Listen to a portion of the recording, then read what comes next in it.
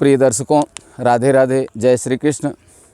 मैं सुदर्शनाचार्य संदीप त्रिपाठी आपके अपने एस्ट्रो राधे गुरु चैनल में आप सबका हार्दिक स्वागत एवं अभिनंदन करता हूं। दर्शकों, पिछले वीडियो में मैंने आपसे चर्चा किया था कि लग्नेश अगर पाप ग्रह के साथ में बैठा हो, 6, 8, 12 में बैठा हो, पाप ग्रह से युक्त दृष्ट हो, तो जातक कष्ट का भागी होता है। देह सुख ऐसे जातक को बहुत कम प्राप्त होता है या नहीं प्राप्त होता है। दर्शकों, आज हम एक नए वीडियो के साथ आपके सामने उपस्थित हुए हैं। आज हम चर्चा करेंगे कि जातक का स्वरूप कैसा होगा, सुंदर होगा या कुरूप होगा। ये ग्रहों के ऊपर निर्भर करता है। अगर शुभ ग्रह लग्न में बैठे हुए हैं या लग्न पर शुभ ग्रहों की दृष्टि है तो जातक स्वरूप होगा, सुंदर होगा। और अगर लग्न पर क्रूर ग्रहों की दृष्टि है, पापक ग्रहों की दृष्टि है, लग्न में पाप ग्रहों की युति है, तो ऐसा जातक कुरूप होगा। आइए देखते हैं एक नए वीडियो के साथ। ये देखिए, लग्ने सौम्य स्वरूपः स्यात् क्रूरे रूप विवर्जिता सौम्य खेटैर्युते दृष्टे लग्ने देह सुखान्विता।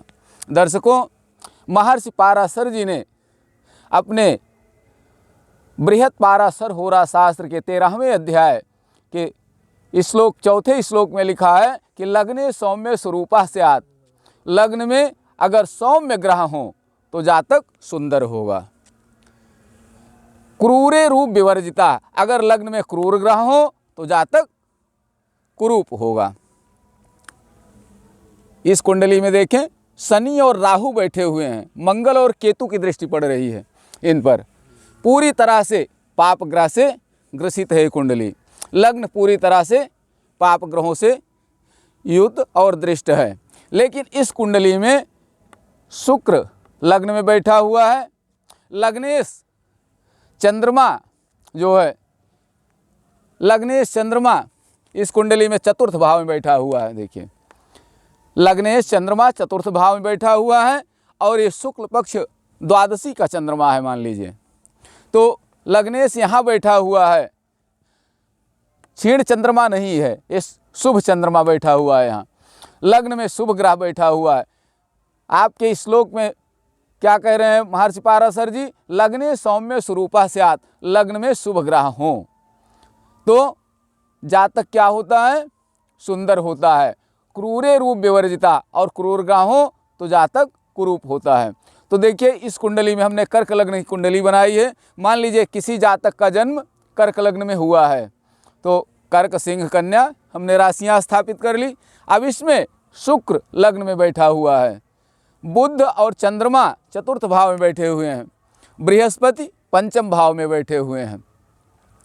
कह रहे हैं कि लग्न में शुभ ग्रह हो तो स्वरूप होता है। लेकिन दर्शकों, इसके साथ एक बात और ध्यान रखें कि लग्नेश को भी हम देखेंगे और लग्न पर युति और दृष्टि दोनों को देखेंगे कि शुभ ग्रह की युति भी हो, दृष्टि भी हो, लग्नेश भी शुभ स्थान में बैठा हो, शुभ ग्रह से दृष्ट हो, तो जातक स्वरूप होगा, सुंदर होगा, देखने में आकर्षक होगा, व्यक्तित्व तो उसका आकर्षक होगा।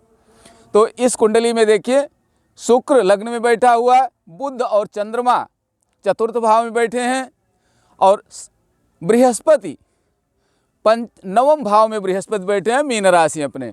तो शुक्र लग्न में है, बृहस्पति की पंचम पूर्ण दृष्टि लग्न पर पड़ रही है।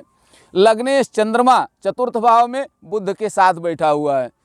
आप जानते हैं कि पूर्ण चंद्रमा, बुध, शुक्र, बृहस्पति ये शुभ ग्रह माने जाते हैं, सौम्य ग्रह माने जाते हैं। तो पूरी तरह से इस कुंडली में शुभ ग्रहों की प्रमुखता है, शुभ ग्रह की युति और दृष्टि है।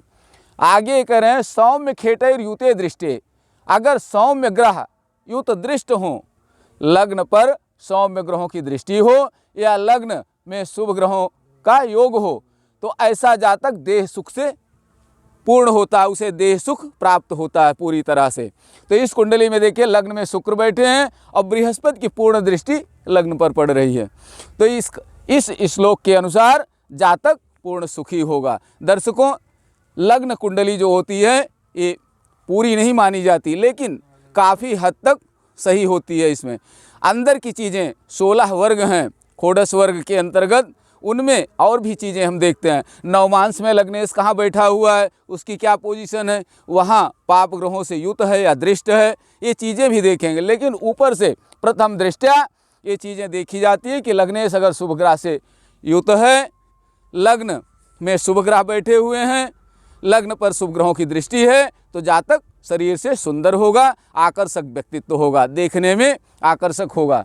आइए देखते हैं क्रूरे रूप विवर्जिता, अगर क्रूर ग्रह लग्न में बैठे हों तो क्या पोजीशन होती है। कर्क लग्न की ही कुंडली है, चंद्रमा क्षीण चंद्रमा अष्टम भाव में शनि की राशि में बैठा हुआ है। क्षीण चंद्रमा अष्टम भाव में लग्नेशों के शनि की राशि में बैठा हुआ है, पापक ग्रह की राशि में बैठा हुआ है, और शनि और राहु लग्न में बैठे हुए हैं। केतु की पूर्ण दृष्टि लग्न पर पड़ रही है, मंगल की पूर्ण दृष्टि लग्न पर पड़ रही है। पूरी तरह से कुंडली पाप ग्रहों से ग्रस्त है। लग्न और लग्नेश पाप ग्रहों से युत दृष्ट हैं। लग्न में शनि और राहु बैठे हैं, लग्न पर केतु और मंगल की पूर्ण दृष्टि पड़ रही है। लग्नेश चंद्रमा शनि की राशि में अष्टम भाव में बैठा हुआ है, किसी शुभ ग्रह की युति और दृष्टि नहीं है लग्न और लग्नेश पर। इसलिए ये जातक लग्न कुंडली के अनुसार निश्चित रूप से कुरूप होगा, देखने में सुंदर नहीं होगा। दर्शकों, पिछले वीडियो में मैंने आपसे कहा था कि सूर्य आत्मकारक होता है, पापक ग्रह की श्रेणी में नहीं आता। ये सत्य है कि सूर्य पापक ग्रह की श्रेणी में नहीं आता। 9 ग्रहों में सूर्य प्रधान देवता हैं और हम उनको भगवान मानते ही हैं। ग्रह तो सभी देवता के स्वरूप ही हैं, देवता ही हैं, ग्रह देवता कहे जाते हैं, लेकिन सूर्य उसमें सबसे प्रमुख हैं। लेकिन एक बात दर्शकों ध्यान रखें, कर्क लग्न की कुंडली में सूर्य द्वितीयेश हैं, तो द्वितीयेश पाप ग्रह कहा जाता है। 12 लग्न हैं मेष से मीन तक, उनमें केंद्र और त्रिकोण के जो स्वामी होते हैं वो अच्छे फल देने वाले होते हैं, योग कारक ग्रह कहे जाते हैं। लेकिन जो 2, 3, 6, 8, 11 और 12 के स्वामी होते हैं, अपनी राशि में न हो तो पाप ग्रह कहे जाते हैं। 2, 3, 6, 8, 11 और 12 के स्वामी अपनी राशि में न बैठे हों। अपनी राशि जैसे शुक्र की 2 राशियां हैं, तुला और वृक, अपनी राशि में न हो। जैसे यहाँ बृहस्पति है, कुंभ राशि है, राहु बैठा है, यहाँ शनि है, शनि अपनी राशि में बैठा हुआ है। यहाँ देखिए, तो अपनी राशि में कोई ग्रह होगा तो अच्छा फल देगा। लेकिन अगर अन्य ग्रहों की राशि में बैठा हुआ है 6, 8, 12 में या दूसरे, तीसरे, 11वें, 12वें भाव में, तो निश्चित रूप से वो पापक ग्रह की श्रेणी में आएगा। इस कुंडली में देखिए, कर्क लग्न की कुंडली है, सूर्य द्वितीयेश है, 5 गिनती द्वितीय भाव में लिखे हुए, 5 का मतलब सिंह राशि, सिंह का स्वामी सूर्य होता है, तो द्वितीय भाव का स्वामी है सूर्य, इसलिए पापक ग्रह की श्रेणी में यहाँ आएगा। इस बात का ध्यान रखें कि पापक ग्रह, कोई भी ग्रह पापक ग्रह हो सकता है। बृहस्पति बहुत शुभ ग्रह होता है, लेकिन अगर यही बृहस्पति मार्केश बन जाए तो सबसे ज़्यादा मारक क्षमता बृहस्पति की होती है। दर्शकों, आशा है आपकी समझ में बात आ रही होगी। अगले वीडियो में हम इसकी और चर्चा करेंगे। दर्शकों, आप सब में से बहुत ने कमेंट किया है कि गुरुजी अपना नंबर दे दीजिए, हम आपसे मिलना चाहते हैं, कैसे मुलाकात होगी। तो अभी मैं आउट ऑफ स्टेशन हूँ, तीर्थराज प्रयाग में हूँ, यहाँ उतनी सुविधाएं नहीं हैं। 18 तारीख से हम पुनः लखनऊ पहुँचेंगे, तो आपसे ज़रूर संपर्क करेंगे, समय देंगे, आपको अपना नंबर देंगे, आप जो भी अपनी शंका हो उसका समाधान कर सकते हैं। दर्शकों, आज के वीडियो में यहीं तक।